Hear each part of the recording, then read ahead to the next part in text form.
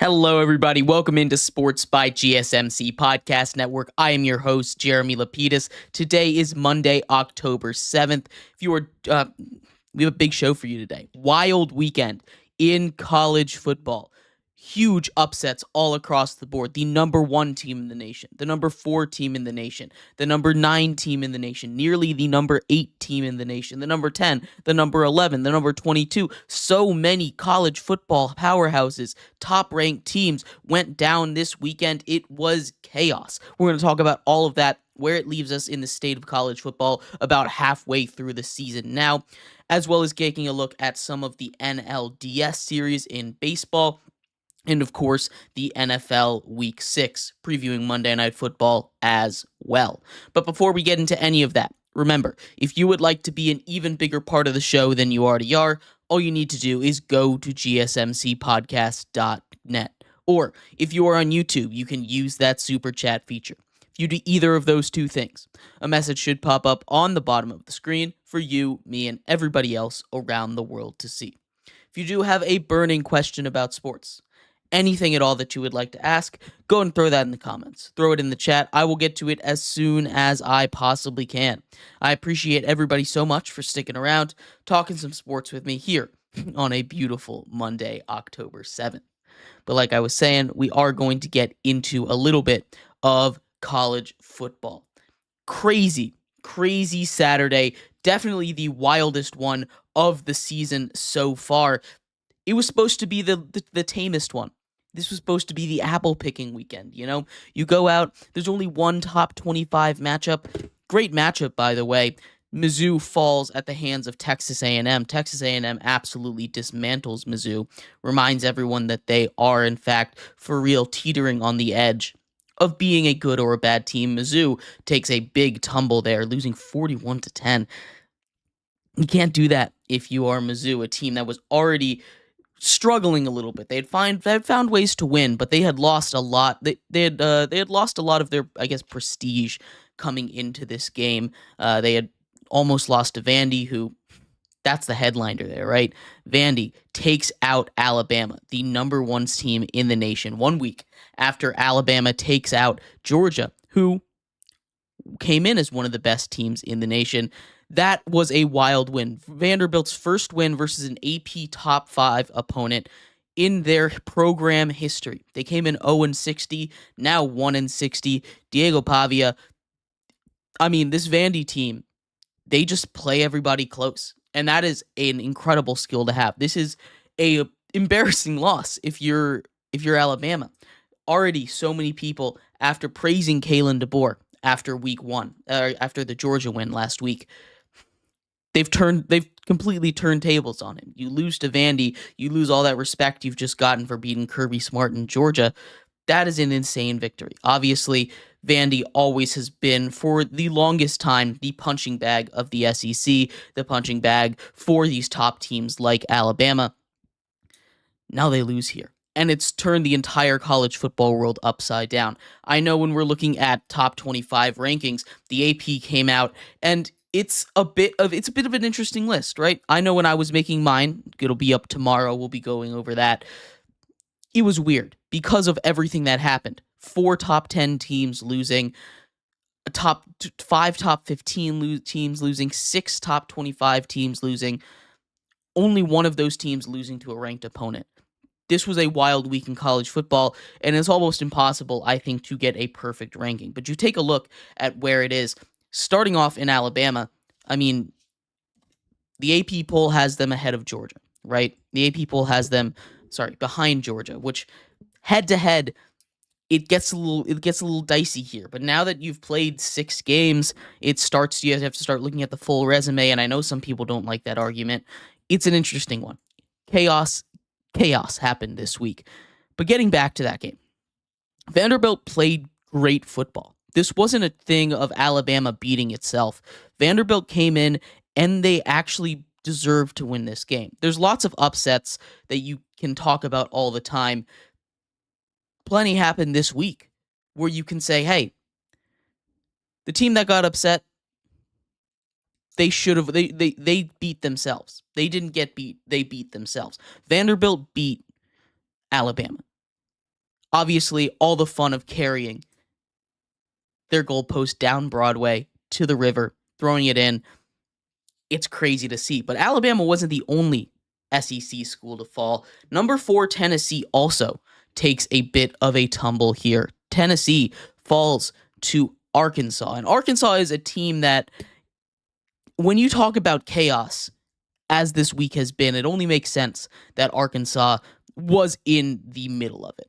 When you take a look at Arkansas's team, Arkansas is a team that, in my opinion, when I take a look at them, they turn the football field into some kind of dimension where nobody knows how to play good football. Doesn't matter who they're up against. Most of the time, they end up blowing it. Games like the Oklahoma State game.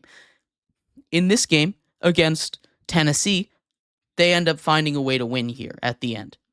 They make Nico Iamvaleta forget all awareness, running with 5 seconds left in the red zone instead of throwing it to a receiver down the field, ending the game. Obviously, that's not the only reason they lose. Arkansas, with their backup quarterback, comes in, has a great second half. They were down 14-3 in that second half. They come all the way back. It was just a great game by the Razorbacks. It was a job-saving win for the Razorbacks, for their coach there. This is, I mean, honestly, this is one of the craziest days in the history of college football, and it puts us at a spot, especially with this 12-team college football playoff, where I don't know how this is going to affect things. Obviously, this is a new year. You have a new system. You, instead of having a top 4, which this almost definitely would have killed the seasons for all of those teams that lost. But now that they have that 12-team playoff, now that this 12-team playoff is a thing, they all still feel like they have a chance. And I've heard, again, there's been a lot of arguments in the past couple of years about whether or not this 12-team playoff really is the best system, whether or not it should have been used, should have been implemented. But you get to see something like this where there is going to be the ability, there is going to be the option for a recovery for a team like in Alabama after losing 1 week. They still played solid, I thought. The defense is an issue. We've seen the defense now basically 6 straight quarters kind of fold in on itself, which is an issue, and they need to get that fixed. But the offense was good, right? The offense was able to keep pace with this Vandy team, that I think was a little bit underrated. They took a good Virginia Tech team to overtime. They took a Mizzou team that was ranked in the top 10 to overtime. And then they just beat Alabama. This is a good Vandy team. It's not world beater, barn burner kind of team, but it is a good Vandy team. The entire SEC really is pretty solid. Top to bottom, there isn't really a team that I point at and I look and say, hey, this is going to be an easy win, which is going to be, again, chaotic, which is what we love to see in college sports, in college football. And I cannot wait to see how this affects the future of this sport. Obviously, the SEC is still going to be able to have its 1, 2, 3 top members, but with all these guys losing, instead of what we were staring down the barrel of 2 weeks ago with 6 SEC teams in the top 12 in the playoff as we stood then, now we're just looking at 2, 3, 4 SEC teams, and it's starting to balance out a little more. Very excited for this. Obviously, we had to wait till they got into the conference schedules, but craziness all over the board in college football. I cannot wait to talk about it. We'll be more on it tomorrow when we do our college football power rankings, our top 25 there for you. So make sure to tune in for that. But we're going to take a quick break here. When we come back, we're going to turn our attention to the NFL. A wild weekend in the NFL as well. The Broncos win their 3rd straight. The Cardinals come back, beat the San Francisco 49ers. The Vikings are 5-0. We're going to talk about all of that and more coming up next here on Sports by GSMC Podcast Network.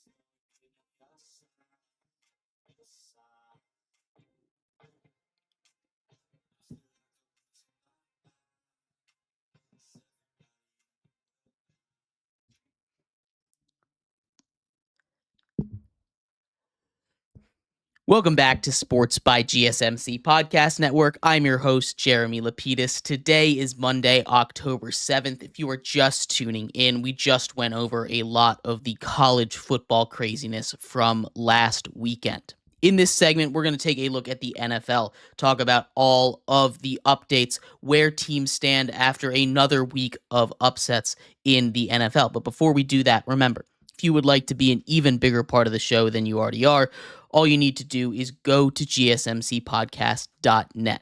Or if you are on YouTube, you can use that super chat feature. If you do either of those two things, a message should pop up on the bottom of the screen for you, me, and everybody else around the world to see. If you do have a burning question about sports, anything at all that you would like to ask, go ahead and throw that in the comments. Throw it in the chat. I will get to it as soon as I possibly can. I appreciate everybody so much for sticking around, talking some sports with me here on a beautiful Monday, October 7th. But like I was saying, we are going to get into some NFL here. Week 6 is all but over. Monday Night Football is tonight. We'll get into that later on in the show. But my biggest question, my biggest takeaway from this week, from week 5, are the Broncos good? Obviously, that defense has been really good. They've just won their 3rd game in a row, a huge feat for this Broncos team, one that started off looking awful, and they've done it against, well, not the greatest competition. I wouldn't necessarily say it was bad, right? They've beat the Bucs, a team that looks like it has a shot at the playoffs in its division, a good team. The Jets, who in theory are a good team, the play of Aaron Rodgers and the conditions of that game, it's a little tricky. And then the Raiders, a team that I would not consider to be a good team, but they have some pieces there. Obviously, there's no question that this Broncos defense has been playing phenomenal football. They're the reason they've won this game. Bo Nix is not coming in here and being the reason they win the game. But I talk about it all the time when I break down football, whether that be college or the pros. Turnovers matter, and Bo Nix has done a good job of not turning the ball over. Granted, it was against the Raiders. They benched Gardner Minshew. They didn't have their best weapon out there, but Pat Surtain is playing great football. You take a look at where the Broncos stand right now in their division, a division that outside of the Chiefs doesn't really seem to have a true clear-cut number 2. Maybe it's the Chargers, maybe it's the Broncos. The Broncos sit at 3-2, a winning record. Bo Nix and the Broncos have won 3 straight games, the first time a rookie for the Broncos has ever done that. The Chargers, 2-2. They're on a bye this week. We're really going to get to see who is that number 2 team, I guess, coming up next this week when they take on each other. The Broncos take on the Chargers, but the Broncos have been showing a lot, and I was really down on them. I've talked a lot about how I don't think Bo Nix is an NFL caliber starting quarterback, and I still believe that. I don't think Bo Nix has gone out and showed you, especially compared to a lot of the other rookie quarterbacks, the other 2 rookie quarterbacks that are starting right now in Caleb Williams, who continues to get better and better continues to get better and better every single week, as well as Jaden Daniels, who some people I've heard are throwing his name into the MVP conversation, which is crazy, but it's not that far off with how muddled the MVP race has been so far. It's still early in there, though. But you look at Bo Nix, and he's not nearly up there, but he's winning football games. 3-2, same record as the Bears, almost as good as the Commanders. And you say, hey, can the Broncos keep this up? With the way that their defense is playing, that's what's going to be the question. Their schedule isn't the worst in the league, right? We went over it in the preseason. They get the rest of their division. They get the Panthers later on in the schedule. They get the Browns, who have not played very good football. The Colts are kind of 50-50. This is a schedule that I could see them winning 5 more games, beating the Panthers, beating the Chargers once, maybe taking out the Raiders again, beating the Browns, maybe beating the Colts. This is a team that could potentially get a winning record this year. That's going to be pushing it. But still, this is a good Broncos team. And it's one that I severely underestimated here. And it's all because of that defense, all because of Pat Surtain. And Pat Surtain deserved that huge contract he got right before the season. Outside of the Broncos here, I do want to talk a little bit about the Commanders. Obviously, they have been one of the biggest stories of the NFL season. People expected the Commanders to be the same old Commanders. But Dan Quinn, Jaden Daniels, they look incredible. I've been kind of reserved on them for these last 2 weeks since his breakout. And I told you in the lead up to this game, if Jaden Daniels does it again, if Jaden Daniels shows me against what I think is at least a competent defense, one that can get some pressure, I'm on the bandwagon. And he did it again. He did some stuff that I was not ready to see out of a team in Washington that has not shown this kind of promise in my entire lifetime. This is crazy. Jaden Daniels is an awesome quarterback. He is the clear front runner for Rookie of the Year. And I don't think it's that crazy to put him into MVP conversations. We were having this conversation around CJ Stroud last year. Very similar situation. I don't think he's going to end up winning it, but it's definitely a conversation to be had. Speaking of CJ Stroud, though, how about that game between the Bills and the Texans? Stephon Diggs, obviously, in his revenge game, even though he forced his way out of Buffalo to get down to Houston. Stephon Diggs, not a huge game, not the worst game. Nico Collins goes down, but the big conversation around this game was the decision-making of the coaches down the stretch. Both DeMeco Ryans and both the Bills and the Texans head coaches made some interesting decisions. Sean McDermott, obviously, down the stretch, when he got the ball back, decided, hey, we're gonna throw for it, which I'm going to come out here and defend him a little bit. I thought that was the right move, at least in the beginning. The Texans have 3 timeouts. You're at your own goal line. They're going to be playing a lot of run heavy. The run game hadn't been super effective. Not much of your offense had been super effective. I think the lack of weapons really are starting to catch up to Josh Allen and that group. Especially, without Khalil Shakir, which shouldn't make that big a difference. It really shouldn't. Khalil Shakir is good. He's not carry your offense, cripple your offense without him bad, or good, I should say. But the Bills made that decision. Josh Allen, 3 incompletions. They punt it back. The Texans get it with 7 seconds left. It's like a 60-yard field goal, and it goes through because the kickers have been insane this year. Not just Kaimi Fairbairn, but Brandon Aubrey. Everyone else around the league just make 50-yarders look like chip shots half the time. I'm surprised when they miss more than when they make a 50, 60-yard kick anymore. It's crazy how that works. But Texans get the walk-off victory there.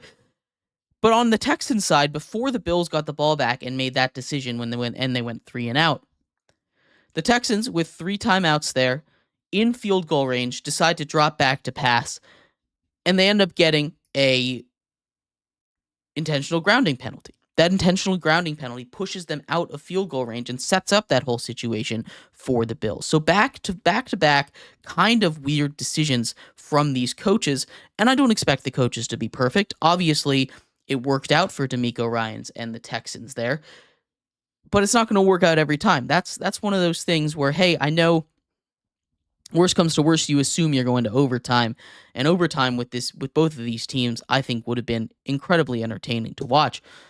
But it's a little bit concerning. It's a little bit concerning the way the Texans haven't really been able to put it all together. The Bills are starting to fall apart too. These are two teams that have been at the top of the NFL at the beginning of this season. I think it's starting to catch up to them. Some teams are starting to figure them out, and they need to change it up just a little bit to keep it going. But let me know if there are any games that you thought I should cover that I missed. We're going to take a quick break here. When we come back, we're going to take a look at the NLDS, starting with the Phillies-Mets series. Two crazy games coming out of Philadelphia as they take a day break to go and switch the series over to New York. So stick around for that. We'll be right back here on Sports by GSMC Podcast Network. Looking for your daily fix of sports talk without having to pay for it? GSMC Sports Network is available on YouTube. Just search GSMC Sports Network. Get your fix of daily sports talk shows on YouTube. Absolutely free. NFL, college football, NBA, MLB, MMA, UFC, fantasy football, and so much more. GSMC Sports Network has shows running all day long, with new sports shows starting every 2 hours. Just like on your favorite cable sports channel, except GSMC Sports Network is absolutely free. Just search GSMC Sports Network on YouTube to catch one of your new favorite shows, like the GSMC College Football Podcast, Chip Shot Football Podcast, Hoops and Heels Women's Sports Podcast, GSMC Basketball Podcast, and so many more. Check it out for yourself. GSMC Sports Network, now available on YouTube absolutely free. Search GSMC Sports Network on YouTube.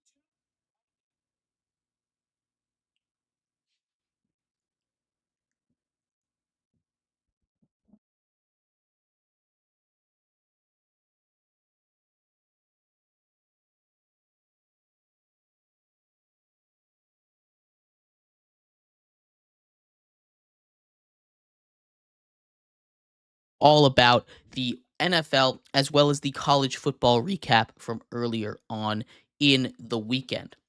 In this segment, we're turning our attention to baseball. The MLB playoffs are underway. We had two crazy first two games to the NLDS in both series. We're going to talk about both of them in these next couple of segments, starting off with the Phillies and the Mets. But before we do that, remember, if you would like to be an even bigger part of the show than you already are, all you need to do is go to gsmcpodcast.net.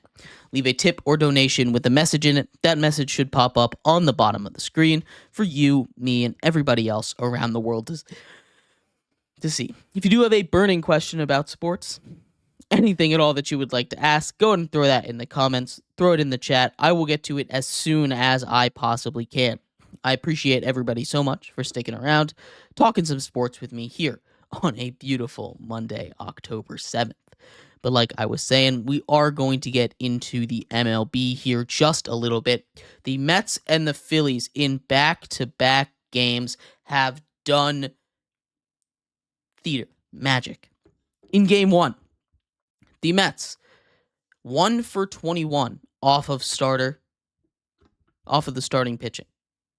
Game two, in the eighth inning, bullpen comes in. Phillies are up 1-0. Their bats had been cold all day long just as well, but they were able to scratch across a run earlier on in the game.